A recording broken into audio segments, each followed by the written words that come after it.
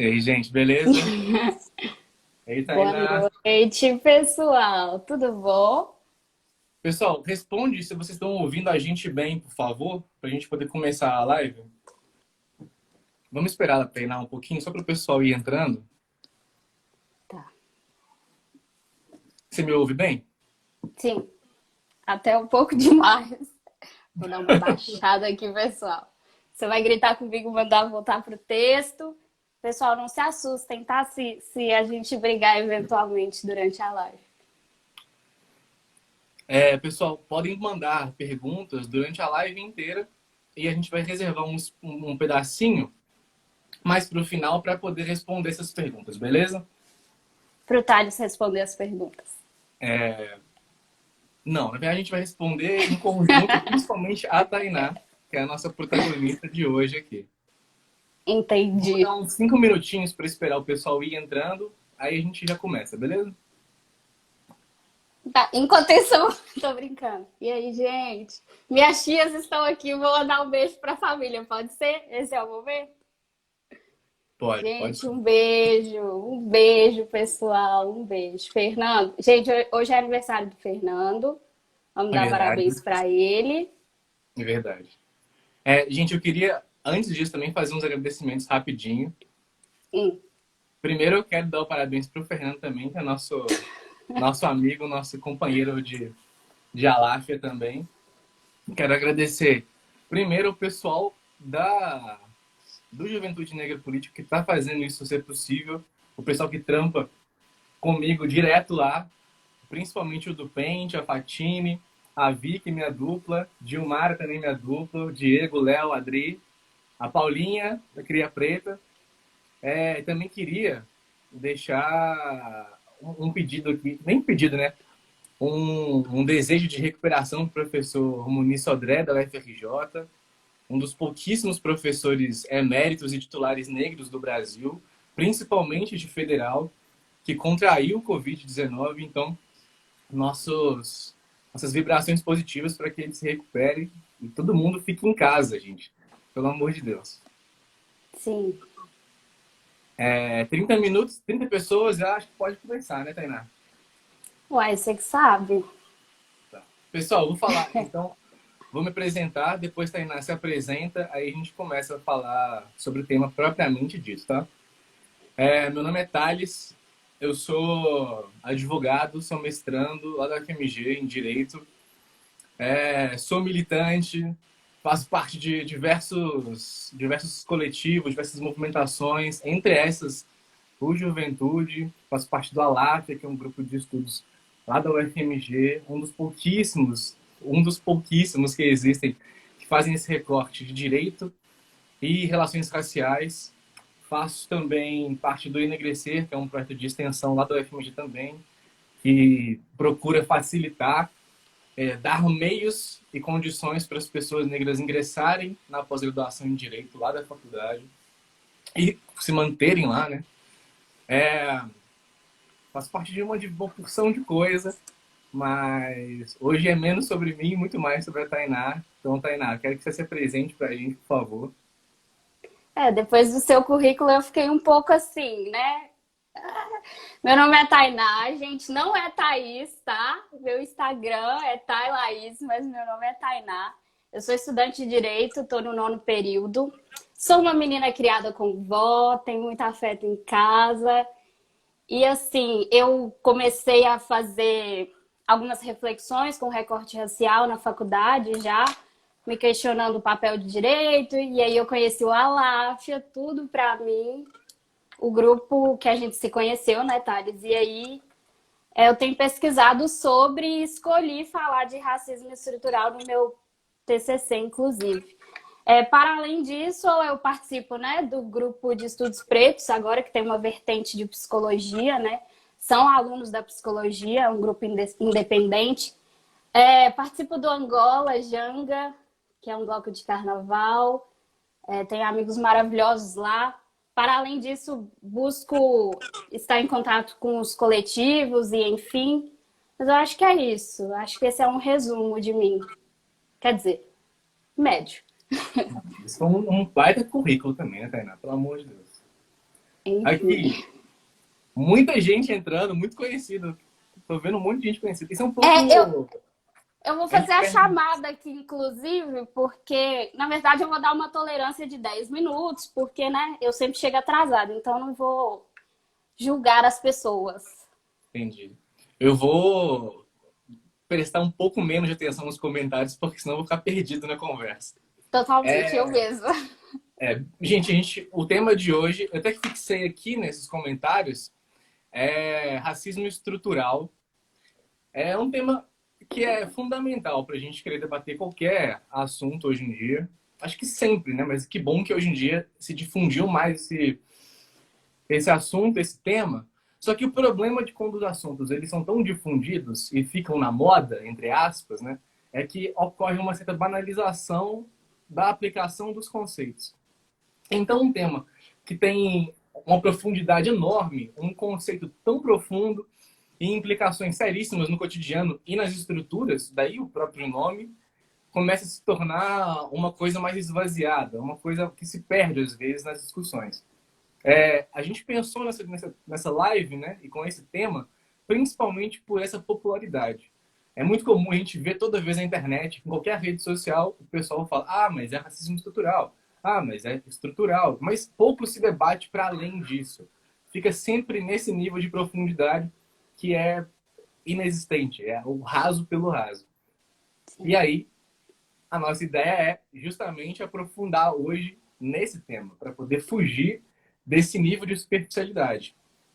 E eu acho que a Tainá é a pessoa indicadíssima para poder falar sobre. E eu queria, Tainá, que você começasse falando para a gente, então, antes de aprofundar o que a gente está prometendo aprofundar, fala um pouco para mim sobre raça. O que é raça, afinal de contas? O que é raça? O que é racismo? Para a gente poder começar a delimitar o que a gente vai falar mais para frente, por favor. Não, beleza. Primeiro, antes de começar a conceituar basicamente o que é raça, eu também acho importante dizer que aqui é uma live, né? E um dia eu escutei isso, que aqui, claro, a gente vai trazer conceitos pelos quais a gente tentou estudar minimamente para passar uma informação para vocês, mas tudo que disser aqui é uma visão também nossa e a gente pede que vocês estudem sobre. Aqui é uma troca de ideia, um bate-papo, mas vamos lá. Eu vou partir muito da ideia do Silvio, sempre vou me guiar pelo que ele fala. Vou mostrar aqui, é uma indicação. Olha, que Isso pessoal aí. conectado, né, gente? Que marketing. Silvio, patrocina a gente. E porque é o referencial teórico que eu estou usando e é o livro que eu tenho mais acesso aqui em casa, e enfim. Então, na perspectiva do Silvio, a raça é um conceito relacional histórico. Ou seja, ele não é estático. Ele vai se mudando ao longo do tempo e conforme a situação do mundo, e enfim. E aí ele faz um breve contexto histórico para falar basicamente que a raça ela serve para caracterizar seres humanos. E principalmente de uma perspectiva da colonização, a raça foi um motivo, uma justificativa para desumanizar certas pessoas e isso ser racional para as outras pessoas. Assim, por que a gente vai usar uma pessoa negra, vamos escravizar ela em prol de uma força de trabalho? Ah, porque ela pensa menos, e aí ele vai dar várias características, tanto biológicas às vezes, as características podem ser biológicas, vai medir o tamanho do crânio do negro, assim. E como eu falei, tá, gente, é que eu tô usando uma linguagem muito para tentar atingir todo mundo, não só o pessoal que estuda isso. Mas aí, basicamente, ele vai resumir que essa classificação ela vai se dividir principalmente em características biológicas, fenótipas, ou também características étnico-culturais, que é assim, a soma dessas características, mas de onde vem a pessoa, a cultura dela, e enfim, Fanon vai chamar isso, né, de racismo cultural também, algo nesse sentido.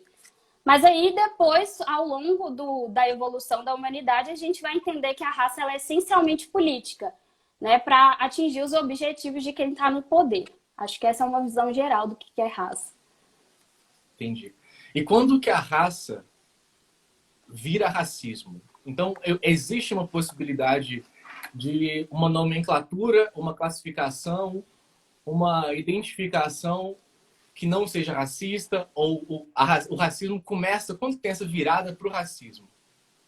Sim, basicamente entendo que é um projeto, né? Um projeto que aqui a gente vai partir da perspectiva dessa colonização e recorte para a raça negra, e enfim. E aí vão se desenvolver fenômenos culturais mesmo e conjunturais para a gente criar condições de construir uma sociedade, uma civilização. E aí é muito importante que um exemplo bem histórico, voltando um pouco, é sobre a Revolução Francesa e a Revolução do Haiti. Porque os franceses, eles pregavam racionalidade, igualdade, fraternidade, mas tinha uma colônia que era o Haiti. E aí os negros falaram assim, pô, peraí, eu também quero essa igualdade, sabe? Eu quero isso que vocês estão dizendo, eu sou humano também, eu também penso, e enfim. E aí vai começar esse conflito, né? E até o Silvio fala que a raça sempre vai ser prescindida por um conflito. E aí o racismo, ele vira estrutural, né? Porque ele vai depender desses projetos históricos e políticos, e também ele vai se formando na sociedade, né? Vai virar uma construção social em prol de um projeto político, em prol de um poder, de uma disseminação de poder. Entendi.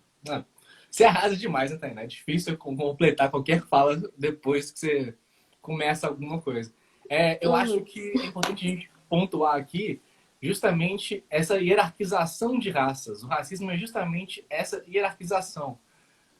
Então, a gente identifica que os brancos são superiores, os negros são inferiores. Aqui que começa a agir o racismo. Quando a gente começa a perceber que existem raças diferentes, mas não só a diferença de raças existe, mas existe essa hierarquização. Então, raças melhores ou piores a partir desse sistema, que é o racismo.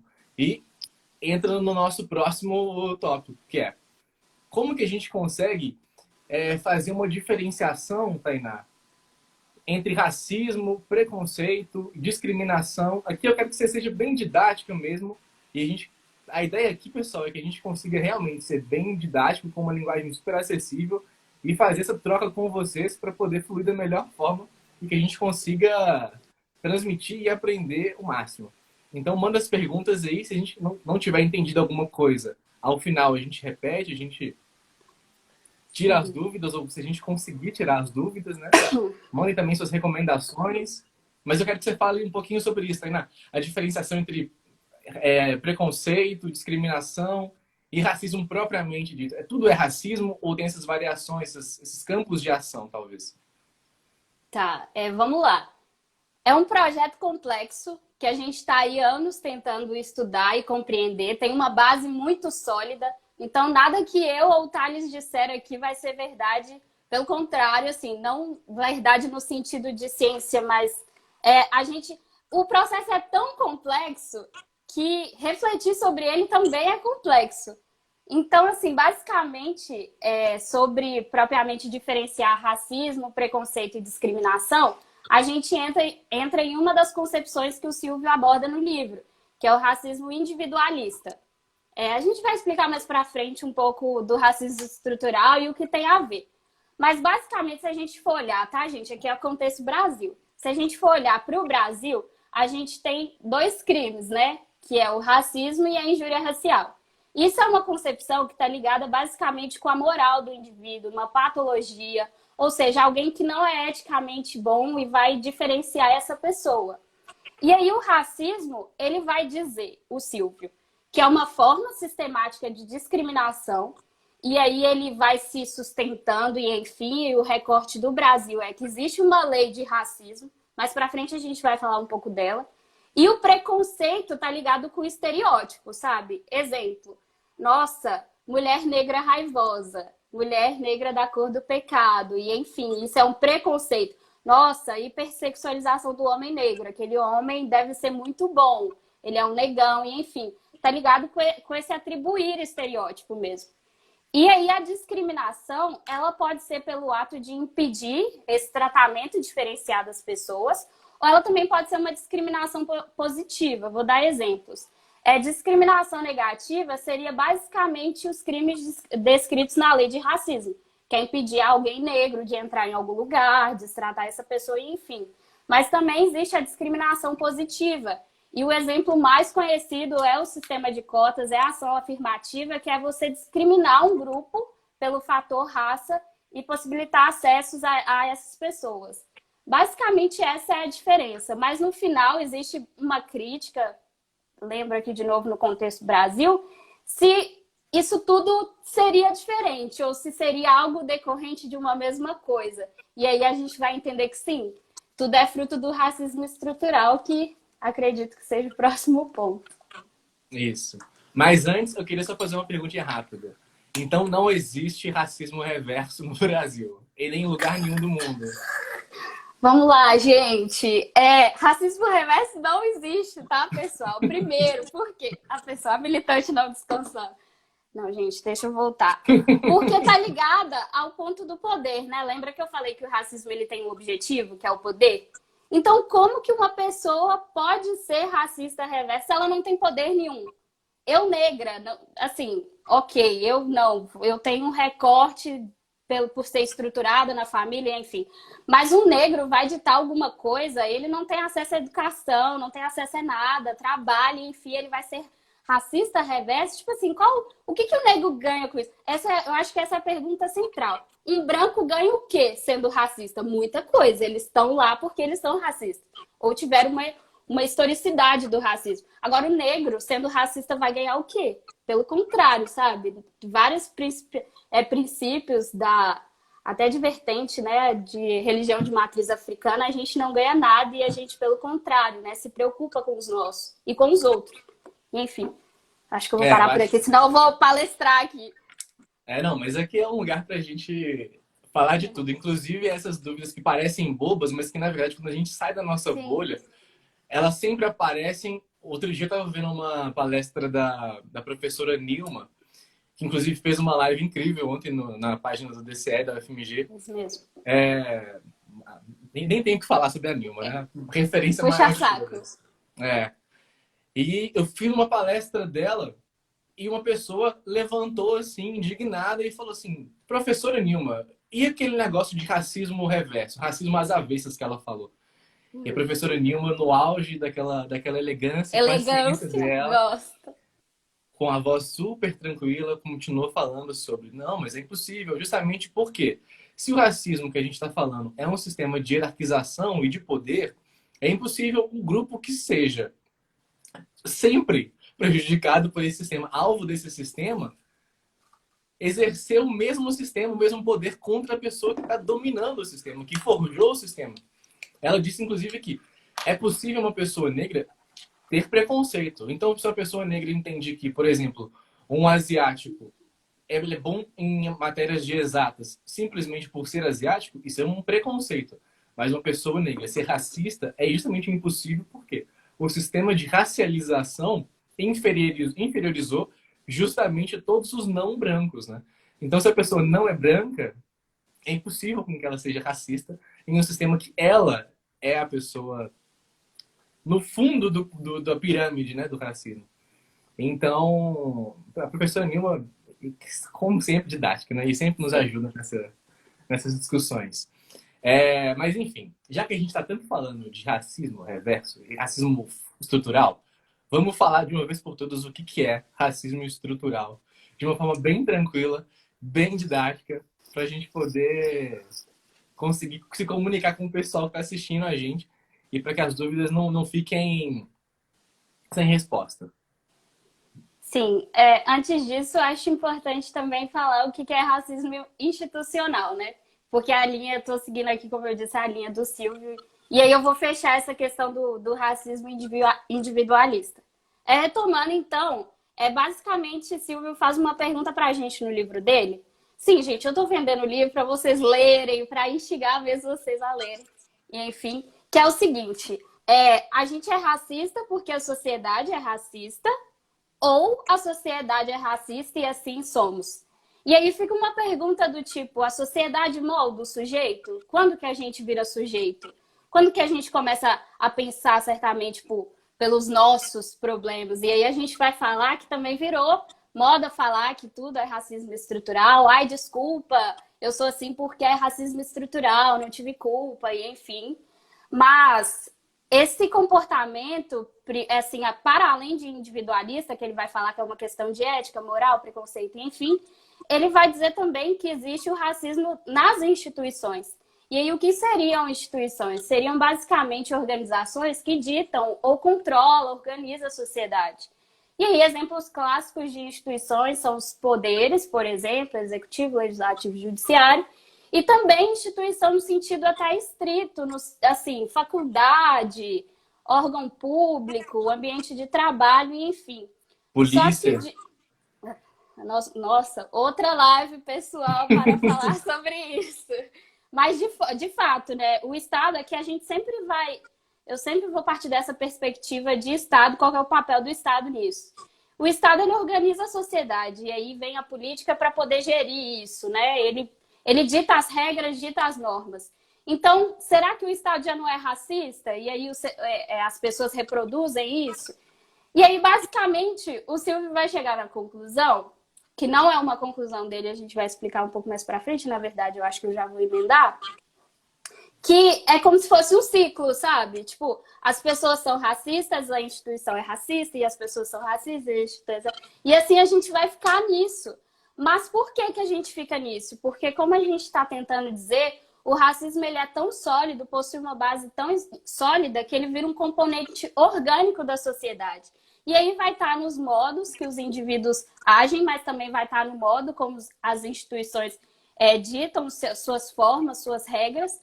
Mas aí ele vai dizer que racismo estrutural, para além de ser um processo político, relacional e enfim, ele também vai ser esse componente orgânico, que de onde surgiu, como eu disse, é tão complexo que desestruturar ele também é complexo. E aí esse termo ele fala, já falou, traz no livro, mas fala em palestras também. Racismo estrutural não foi um termo que o professor Silvio inventou da cabeça dele, ele não é o inaugural nisso, mas ele, ao meu ver, enquanto puxa-saco, foi uma pessoa que colocou isso de uma maneira muito didática, numa coleção didática também, que é a coleção do Feminismos Plurais, e assim, em tese de fácil acesso para a população.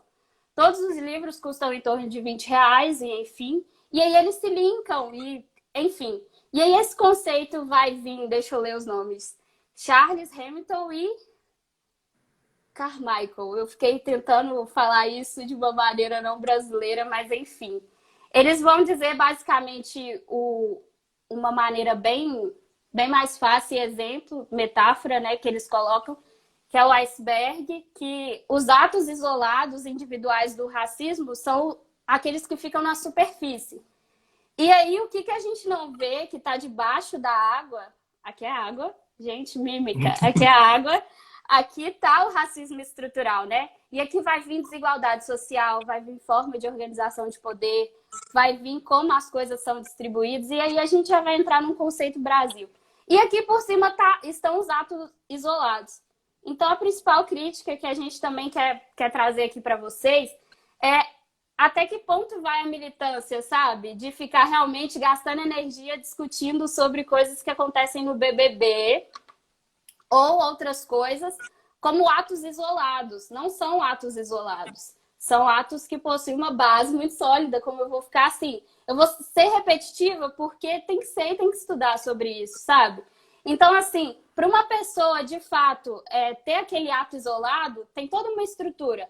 Mas espera aí, até onde vai também essa ignorância dela, né? Do tipo, isso é o racismo estrutural. As pessoas fazem exatamente sabendo o que estão fazendo, sabe? E assim, falar de racismo estrutural é falar de privilégios, porque ele foi um mecanismo criado para a obtenção de privilégios de certo grupo. Então, quando um branco vem questionar a gente, que ele... Adoro escutar essa frase. Eu não escravizei ninguém. Eu não fiz isso. Eu não tenho culpa. Beleza, mas você consegue reconhecer que os 300 anos de escravidão no Brasil te deram privilégios? Você consegue reconhecer como se dá a distribuição de renda no Brasil? E aí, basicamente, a gente vai entrar numa pauta que o Silvio, ele subdivide, né? Ele vai falar que o racismo estrutural ele é composto no campo da economia, da subjetividade, mas também no campo do direito, no sentido de organização de instituição, né? E aí, quando a gente fala de economia, por exemplo, a gente está falando que quando houve a abolição da escravidão, os negros foram abandonados à sorte, não teve qualquer tipo de reinserção na sociedade. Assim, eles nunca foram da sociedade. E aí a gente vai falar como que se dá a distribuição de renda no Brasil, sabe? E aí a gente vai começar a se questionar quais são as pessoas que frequentam determinados lugares.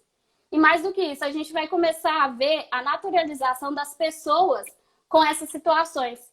E aí, esses dois autores que eu mencionei, eles também vão dar um exemplo que eu acho incrível. O exemplo é de um bombardeio numa igreja que mata 5 crianças negras. E aí a sociedade faz uó, meu Deus, mataram 5 pessoas negras, que absurdo, que irracional, somos todos humanos. Não. Mas 5.000 pessoas morrem por falta de saneamento básico, por falta de comida adequada, por falta de acesso à educação, à moradia, principalmente por falta de ter uma base psicológica, porque nós negros somos muito afetados na construção da nossa identidade. E aí tá os números de suicídio, enfim, violência policial.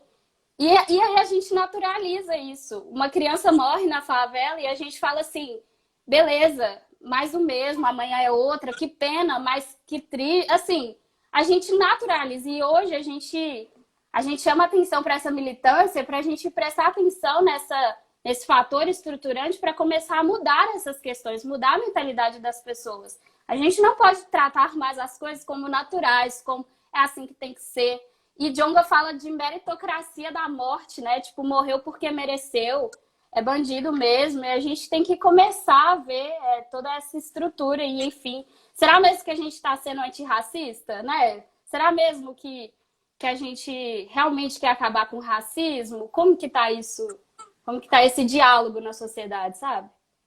Tá, Tainá. A produção, vulgo Tá, vamos Vic de voltar pro Paula, texto. vulgo Vic de Paula, não, nem é isso. A produção, vulgo Vic de Paula, pediu para dar um recadinho aqui, falando aqui. Matheus, que dá para ocultar os comentários no seu próprio celular. Parece que alguém pediu para poder ocultar os comentários, só que eu não vou ocultar justamente para poder manter o espaço para as perguntas que a gente pode responder eventualmente no final. Então, por isso que eu vou manter os comentários ativados aqui. Ai, Mas, Tainá, gente, que achei fofo. incrível a sua fala, sinceramente. Eu entendo que esse Big Brother, eu não acompanhei o Big Brother inteiro. Eu só acompanhei a parte Mentira! final, assim. Só acompanhei a Mentira, parte mentira, final. pessoal. É verdade. Por incrível que pareça, eu acompanhei a parte final. Nem vi quando o Pyong estava no Big Brother, não vi nada disso. Só vi a parte final. E eu vi uma entrevista do Babu outro dia, acho que foi no Papo de Segunda, e o pessoal perguntou para ele: você acha que ali é um microcosmo da sociedade? E ele falou que sim. Falou que sim, falou que achava que ele retratava mais ou menos como que eram as dinâmicas, mas eu discordo do Babu nesse ponto. Eu acho que ali pode ser uma análise muito, mas muito reduzida do que é o Big Brother, a sociedade de uma forma geral, né?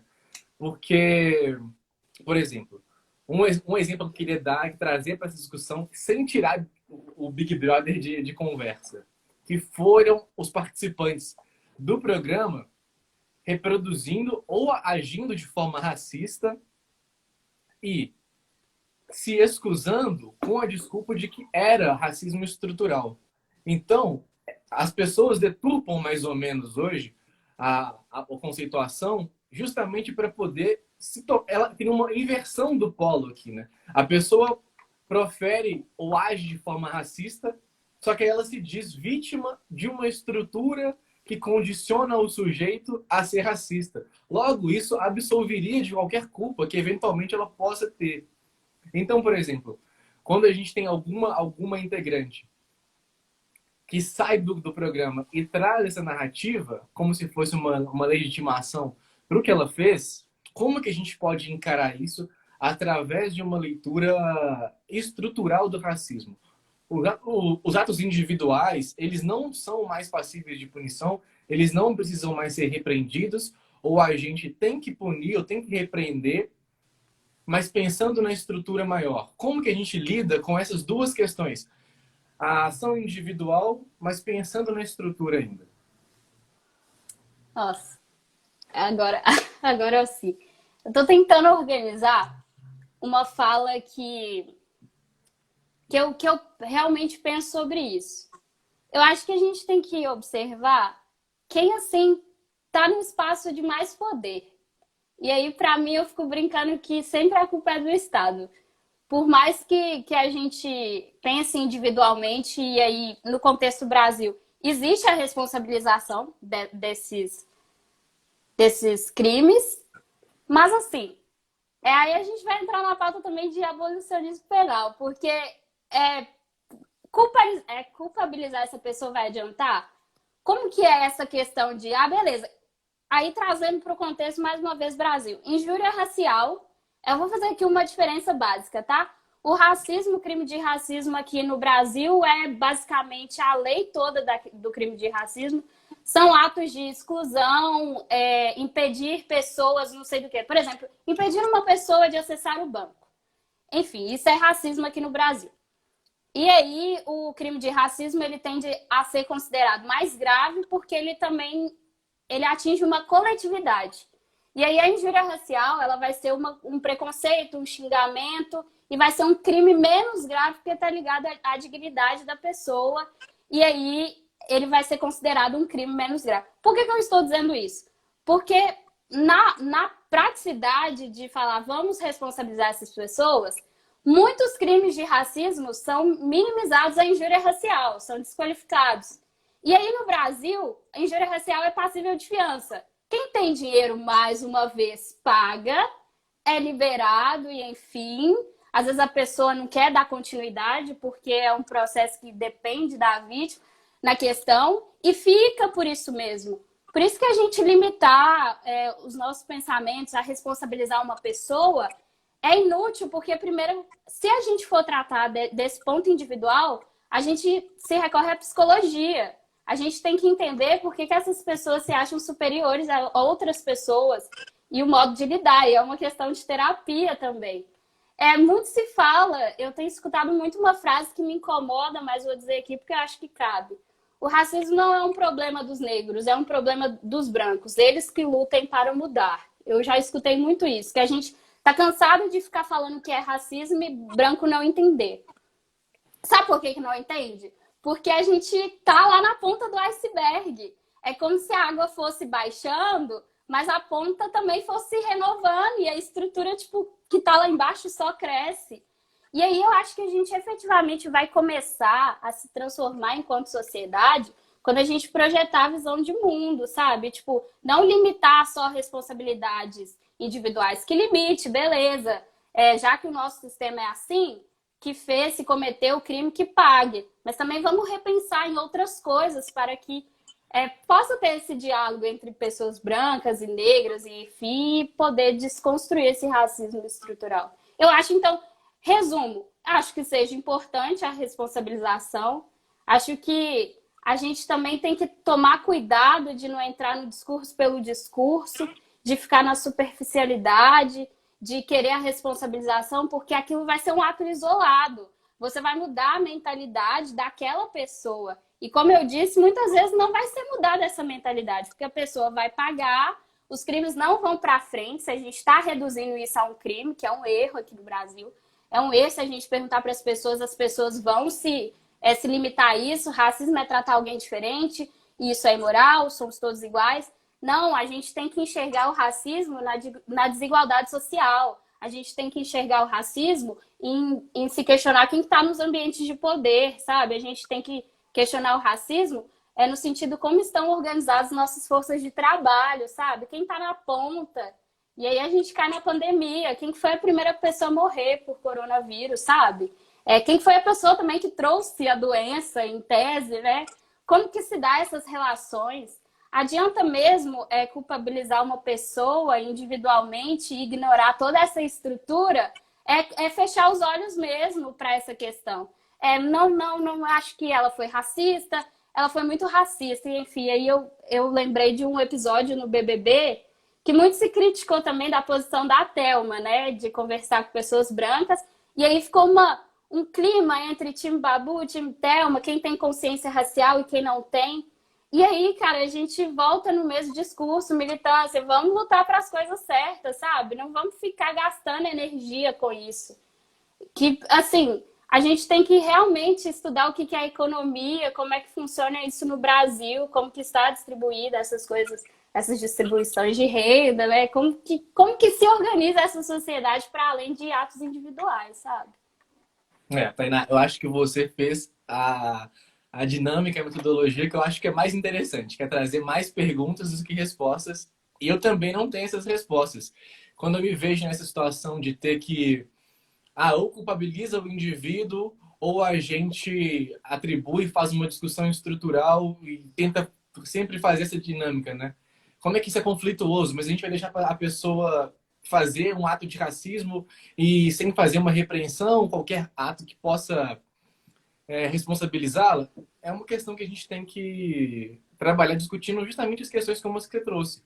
Desde abolicionismo penal, desde pô, acho que a gente, por ser do direito, mas qualquer pessoa que tenha um mínimo de curiosidade e de interesse entende como que o sistema penitenciário, como que o sistema penal e judiciário, ele é formulado e ele é maquinado para poder prender sempre mais as mesmas pessoas, né? E, por coincidência ou não, essas pessoas são negras, né? Uhum. Então, outra coisa, como você trouxe a questão da pauta de instituições, é uma outra discussão que a gente pode discutir, né? Se representatividade e diversidade são pautas que têm que encabeçar o nosso diálogo, já que as instituições vão permanecer racistas. Para uma instituição deixar de ser racista, basta que a gente ocupe aquele lugar com pessoas pretas, ou a gente tem que repensar a própria instituição ou a própria estrutura, né? Tem muitos camaradas que eu conheço que eles atribuem a discutir esse tipo de questão como identitarismo. E a gente tenta pensar que para a gente discutir qualquer debate de classe, ele não pode ser racializado, não pode ser atribuído de gênero, porque isso seria identitarismo. O que é um erro, né, ao meu ver, já que a gente tem que pensar justamente essa questão da desigualdade social que você trouxe e econômica, né, que é uma das estruturas da sociedade, a gente tem que pensar de forma dialética. Então, quem que é essa classe pobre? Quem são os pobres no Brasil? Poxa, a gente vai perceber que, em sua maioria, são pessoas negras e, em sua maioria, são mulheres, sabe? Então, a Sim. gente precisa avançar nas discussões sempre pensando de forma dialética e pensando justamente todas as questões. Então, o pobre no Brasil, ele tem raça, ele tem gênero. Então, discutir raça, classe e gênero não pode ser identitário, não pode ser uma coisa que fuja a outra. A gente não pode pensar de forma separada, né? Tem que sempre vir as três coisas na cabeça, porque aí Elas de são novo, né? inseparáveis, é orgânico. Exato. E aí E assim, outra coisa que você trouxe rapidinho, não, tranquilo. pensar em raça é justamente isso, pensar em tempo, em espaço. Então, por exemplo, se a gente vai discutir racismo no Brasil, a gente tem que tratar a questão do indígena, dos povos originários, do negro, do branco. Se a gente vai falar sobre racismo na China, por exemplo, Sim. talvez a discussão mude e a gente que quer discutir sobre racismo e entender o que é raça, tem que ampliar esse conceito, esses horizontes, até pessoas negras, sabe? Porque a gente fica muito preso a essa ideia, talvez, de que racismo e raça é branco e negro. Uhum. Mas esquece qualquer outro tipo de racialização, né? Que são esses processos Sim. históricos e que acontecem desde sempre, mas com marcadamente a partir desse avançar do imperialismo e da expansão do capitalismo, como que esses processos se dão e se reproduzem de formas diferentes, dependendo da localidade. Fala pra gente um pouquinho sobre isso, porque a gente tem que caminhar já para a parte de Que? respostas, que a gente tem que anotar, Que? porque já passaram-se 40 minutos, a gente Oi? está aqui só no começo ainda da conversa. Gente, deixa eu explicar. Thales e eu são os palestrinhas do Alaf. Quando começa, não para de falar. E aí a gente já falou muitas coisas. Fazendo um apanhado super interessante. eu sempre me peguei pensando, é claro, aqui é uma perspectiva de alguém dentro do direito. A gente estuda inicialmente a teoria geral do Estado, né? A formação do país e o nosso sentimento enquanto nação. Que é o Brasil enquanto nação, sabe? Tipo assim, a gente fala de miscigenação, somos todos do mesmo sangue, ninguém é branco, ninguém é preto, todo mundo, e negro, enfim, senão vai gerar discussões, né? Tainá falou preto, não falou negro, enfim. Mas assim, a gente já se formou num déficit, sabe, de criação de identidade. Isso prejudica e muito a gente nos objetivos da nossa vida. Então, eu acho que assim, o Brasil ele é fruto de estupro, é fruto, como você falou, de povos. E aqui a gente faz esse recorte para a população negra, enfim, para a raça negra, pardos. Mas a gente também tem que pensar como se deu essa evolução de fato. E quando você fala de raça, classe, gênero, me traz uma questão muito importante que eu vejo também. Às vezes minha avó me perguntando, nossa, a gente paga imposto demais. E aí, mais uma vez, eu volto qual que é o papel do Estado, né? Porque a gente aprende que imposto é basicamente para dar aquele apoio para o Estado, para ele gerar políticas públicas e aplicar na população, e enfim. E aí, quando a gente vai nesse aspecto tributário da coisa, a pessoa que mais sofre a carga de tributação aqui no Brasil são mulheres negras. Porque a tributação aqui no Brasil, para quem não é do direito e, enfim, não entende do assunto, ela é progressista, no sentido que a gente tributa muito sobre o consumo. O rico e o pobre vai no supermercado, tirando as exceções do Supernosso, EPA, BH, ele vai pagar o mesmo preço naquele produto. Você não vai passar o produto e vai ter um preço diferenciado para quem tem mais renda. Vai ser o mesmo preço. Então, a tributação, ela é, sobretudo, no consumo. E quem mais consome, quem está lá na ponta da família é a mulher negra, que muitas vezes tem filhos, o pai está na cadeia, aquelas coisas que a gente já começa a pensar no sentido amplo da questão. Então, repensar o Brasil também é repensar muita coisa, é visitar mesmo a história de formação do país e analisar as questões para além do que a gente discute, enfim. Acho que eu só comentei. Por um segundo, achei que você ia falar que a sua avó era uma liberal que achava que imposto era roubo. Aí eu já tava com medo pra onde essa conversa aí. Olha, ela tá assistindo, falei, não, por gentileza. E ela nem sabe o que é liberalismo. Eu também não sei. Eu já ia falar, poxa, vou ter que falar mal da avó da Tainá, não é possível. Não, ninguém vai falar mal da minha avó, não, viu, pessoal? Gente, não, é no sentido que, assim, a gente é ignorante. Eu falo, a população, ela não tem acesso à informação, porque isso é um projeto. Desinformar a população é um objetivo. Porque se a população soubesse do potencial que tem, das coisas que ela tem direito, a gente não estaria onde que a gente está. E aí a gente pega, fazendo um comentário rapidinho, enquanto você vai organizando as perguntas, a gente começa a se questionar realmente uma fala que um dia eu parei e assisti jornal da ascensão social dos negros, sabe? Uma mulher, parece que ela virou empresária, não saiu da favela, e aqui com muito respeito, falo assim, ela ficou no pé da favela e ela disse a seguinte frase: estou arrecadando doações, juntando o que eu posso, porque eu sei o que é viver onde o Estado não chega. Então, assim, cara, a gente tem potencial de se organizar, sabe? Quando o Estado falta, é a gente pela gente que se aquilombe, enfim, e aí também é um cuidado para falar de aquilombamento, a gente não pode banalizar isso, mas a gente consegue, não no sentido de anarquismo, tá? Ausência de poder, não é isso. Mas de ter ciência de como as coisas podem ser organizadas. E aí a gente quer na política. Pessoal, eu também fui criado com vó.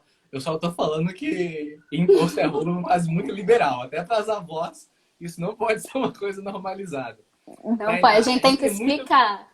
Tá, a gente tem muita pergunta, então eu vou tentar fazer um bate-bola jogo rápido, estilo Marília Gabriela aqui, para ver se a gente consegue responder o máximo de pessoas. Sim, primeiro. Não, sim, não. Pronto. Tá. Primeiro, Adriane, nossa querida Adriane, do Juventude, inclusive, mandou uma pergunta aqui. A educação pode melhorar o racismo? Aqui eu acho que o escopo dessa pergunta traz aquela discussão, né? De uma educação emancipadora. Até que ponto ela emancipa, até que ponto não emancipa. Ah, eu tenho que anotar, né? Desculpa, Não, gente. você pode responder. Eu vou fazendo um bate-bola mesmo. Ah, Você tá. vai respondendo.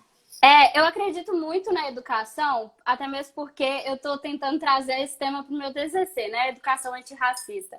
Porque a gente dá condição para as pessoas pensarem essas questões, também possibilita que as mudanças sejam estruturais. E é meio lógico, se o problema é estrutural, as mudanças também serão estruturais. E somos uma só. Tipo, sou uma só. Então eu tenho que ajudar os meus a ter conhecimento para que cada um pense um pouquinho dessa solução, sabe? Então eu acredito que educação emancipadora é nessa vertente, de dar conhecimento para as pessoas, para que as pessoas juntas possam estudar sobre aquilo e procurar soluções. Né? A gente está aí, tem o Aláfia, o grupo de estudos, que são pessoas que estão ali estudando sobre isso. E a resposta a gente está tentando aí achar.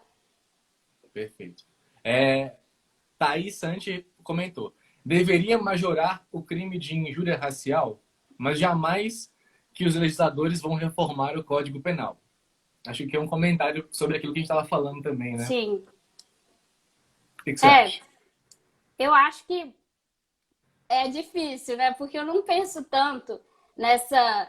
É muito pouco falar de injúria racial e crime de racismo. Porque a gente pensa também numa reforma do judiciário. Se eu tiver um juiz que entenda que aquilo é racismo, ele vai falar assim, beleza, procedente seu pedido. Mas se eu tiver um desembargador, que é a maioria dos casos, que entende que aquilo não é um racismo, ele vai reformar a decisão do juiz. E aí a gente cai nessa pauta de que é um sistema.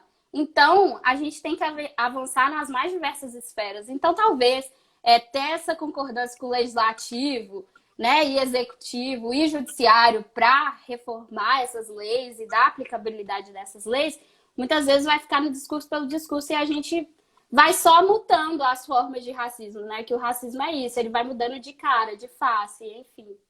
Acho que não adianta. Eu só queria perguntar também, porque a gente tem que entender que racismo é o normal, né? É o natural. Uhum. A gente vive numa sociedade em que não ser racista é o estranho, né? Por isso que quando a gente entra em lugares específicos, a gente estranha quando a gente vê pessoas negras ou pessoas indígenas ou qualquer tipo de pessoa que não branco, né? Então, enquanto a gente tiver esse tipo de dinâmica, é impossível, né? Outra coisa, uma coisa que você trocou que eu achei importante, e que o professor Clóvis Moura, inclusive o Clóvis Moura, o Florestan Fernandes, diversos autores que falaram sobre, eles tratam sobre a integração do negro dentro do sistema pós-abolição, né, e no sistema capitalista brasileiro, mas eles falam sobre as articulações e o espírito associativo dos negros entre si, que é o que você tocou sobre quando você trouxe a questão do aquilombamento, né? Então, quando a gente fala sobre esse espírito associativo do negro, a gente percebe como que isso sempre esteve presente, né? Essa forma de se articular, essa forma de se conectar, e como que isso sempre foi tentado de uma forma direta pelo Estado, uma desarticulação, né? Então a gente percebe muito bem como que o regime militar em 64 até 85 desarticulou diversos movimentos negros para poder enfraquecer a luta que estava se propondo a uma união, propondo a uma reivindicação mais unida, né?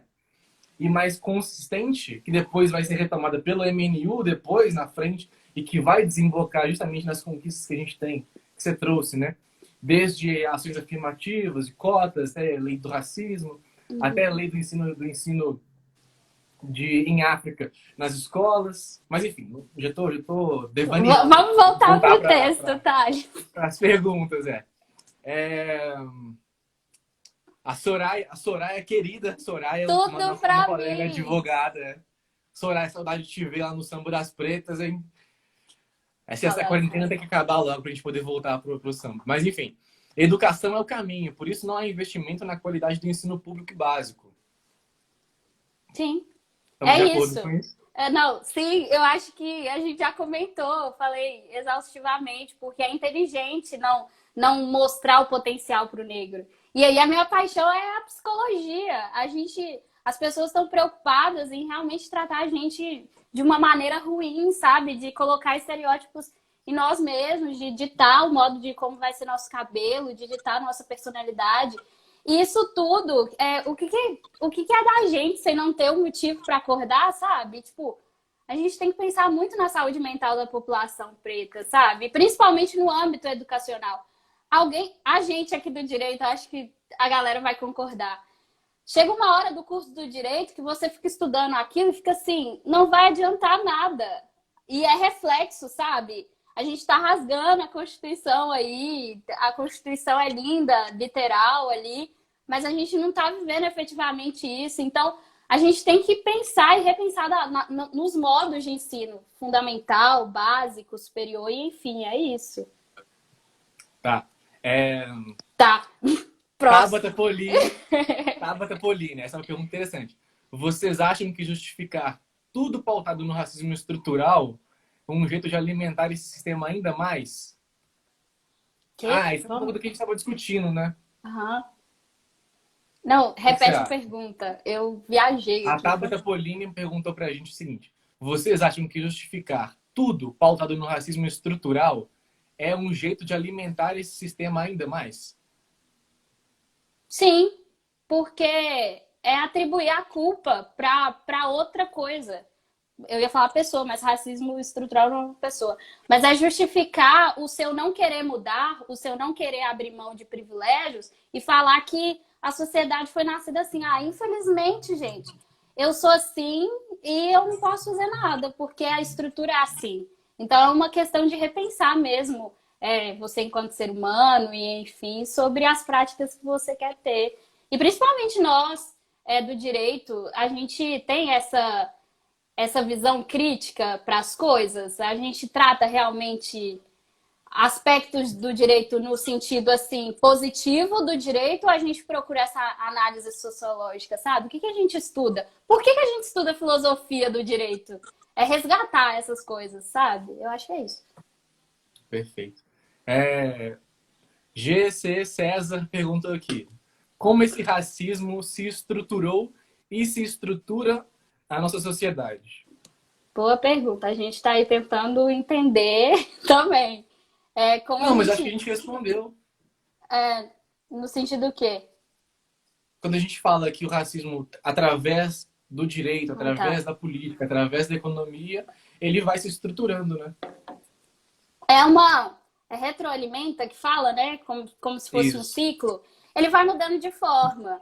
Antes, pra gente, racismo era algo explícito, né? Agora já não é tão explícito. Ele vai mudando de forma. E, assim, as pessoas que estão no poder, encontram formas de fazer com que a sociedade, principalmente, ajude nessa questão. Então, se a gente tentar quebrar o sistema de uma certa forma, muito provavelmente essa dinâmica ela vai ter algum desconforto. Mas Entendi. se a gente já respondeu, já respondeu. Não, a gente está arrasando aqui nas perguntas. Inclusive, eu Bernardo acho que já Coelho. dá. Bernardo Coelho. A produção tá me mandando um monte de pergunta aqui, ó. Produção, Alô, ouvinte de Paula, produção, você mesmo que eu estou produção, conversando. Tá chamando no ponto aqui. Que no caso é meu produção. WhatsApp.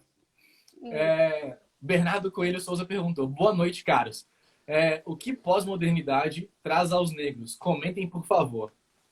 Como assim? Você entendeu? Entendi. Esse é um debate. Nossa, esse é um debate bem longo, bem extenso, hein? Não, mas daí pra eu tentar. Fala Eu aí. acho que. Eu acho, Tainá, como a gente tem só mais 6 minutos, Bernardo, infelizmente acho que a gente não vai conseguir entrar nesse debate agora. Não, mas eu me senti um Porque. pouco desafiada.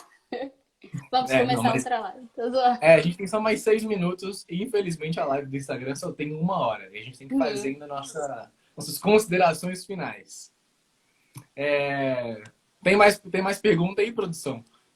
Agora eu tô assim, já posso conversar. Eu vi que a Vicky tá aqui, ó, eu já posso perguntar pra ela. Eu gosto daqueles professores que acabam a aula mais cedo. Então, para mim, eu acho que já tá bom.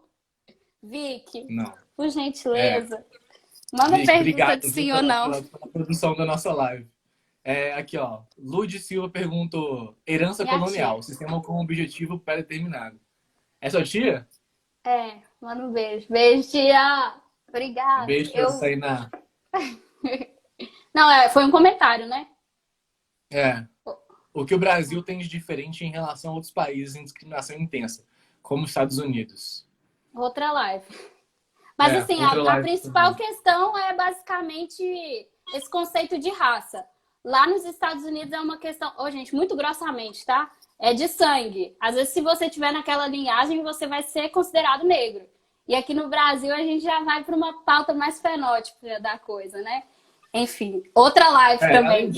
Além disso, a gente tem que pensar esses países, África do Sul e Estados Unidos, Sim. a partir do contexto de apartheid, de segregação racial institucionalizada.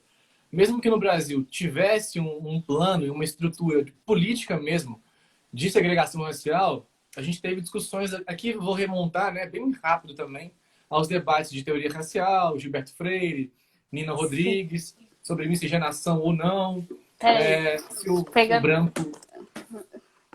É porque o tempo tá acabando, a gente tá igual aquele pessoal que faz revisão antes da prova, tentando falar tudo de uma vez. Isso. Leia. Então a diferença básica é essa, como que os regimes de segregação racial e de apartheid influenciaram na forma de sociabilidade, né? Mas, pelo amor de Deus, gente, não vamos fazer aquele erro de falar que o racismo no Brasil ou a escravidão no Brasil foi mais branda ou que nos Estados Unidos sim que é difícil, que é complicado. Pelo amor de Deus, não existe racismo bom, é formação não existe de país, tranquilo. né? Sim, são formações de países diferentes, então a história também é diferente. É um erro também ficar querendo comparar, já que se formaram de maneiras diferentes. Beleza. Tainá. Mas são dolorosos. Tainá, eu tenho que te agradecer no fundo do meu coração. Acho que a gente conseguiu perpassar por todos os tópicos que a gente tinha se proposto a passar, mesmo que seja tão apertadinho, né? Nesse período tão rápido, de 1 hora só. Acho que a gente conseguiu abordar uma vastidão de temas e os desdobramentos dele que tiveram durante a live. A Vicky, 2 minutos. A Vicky é a melhor produtora de todas. Eu tô achando incrível essa dupla dela. Eu queria que você falasse suas considerações finais, falasse um pouco sobre as suas indicações para o pessoal e convidar o pessoal, porque a gente já tem live amanhã também aqui no Juventude. Galera, o Juventude está fazendo um trabalho incrível, convidando várias pessoas legais e pessoas do movimento para discutir esses temas de uma maneira acessível. Eu quero dar parabéns pro Fernando, tudo pra mim, Fernando, feliz aniversário. Quero agradecer a todo mundo que veio assistir, todo mundo que divulgou a gente. E a gente vai deixar nossas indicações de conteúdo por escrito para ficar mais fácil e a gente espera encontrar vocês em uma outra oportunidade. Muito obrigada por ter me chamado, Thales. Muito obrigada, Juventude. E vamos trocando essa ideia, vamos conversando mais sobre essas questões. Acho essencial. Agora que essa é uma das primeiras lives que eu faço na minha vida, agora eu percebi que quando chega nos minutos finais, tem uma contagem regressiva na tela do Instagram. E quanto tempo tem pro ano Que é como se fosse uma bomba para poder explodir. Então, tipo assim, se até agora não tivesse com a produção me avisando que ia acabar, a contagem regressiva aqui ia me contar. E quanto tempo? Eu fiquei curiosa. 1 minuto só. Pessoal, obrigado pela participação de todo mundo que comentou, todo mundo que mandou pergunta. A gente conseguiu fazer esse debate só por causa de vocês, por causa desse engajamento e principalmente por causa do espaço que o Juventude está cedendo para a gente poder ocupar e pela minha convidada maravilhosa, que é a Tainá, que conseguiu engrandecer essa discussão de uma forma inexplicável. Tainá, já falei tudo para você que eu penso sobre você ontem. É uma honra para mim poder fazer essa live com você. Já mandou ter. Eu digo mesmo, fazer essa live com você foi uma honra. 30 uma segundos. Pessoa incrível, divertidíssima. Para de me dar biscoito, Thales. Enfim, gente, sigam o Alaf. E todo mundo que trabalhou na produção, gente, obrigado. Minhas amigas, meus amigos que participaram aqui, ó, Larissa, todo mundo que divulgou, os parentes da Tainá, que acham que minha família inteira. Todo mundo. Eles vão estar lá com a faixa de direito. Não fez mais que sua obrigação, lindinha. Mari, gente, sigam a página do Poder de uma Crespo da Mari, que é incrível. Beijo, gente. Isso. Tchau, Beijo, tchau. Obrigada, galera.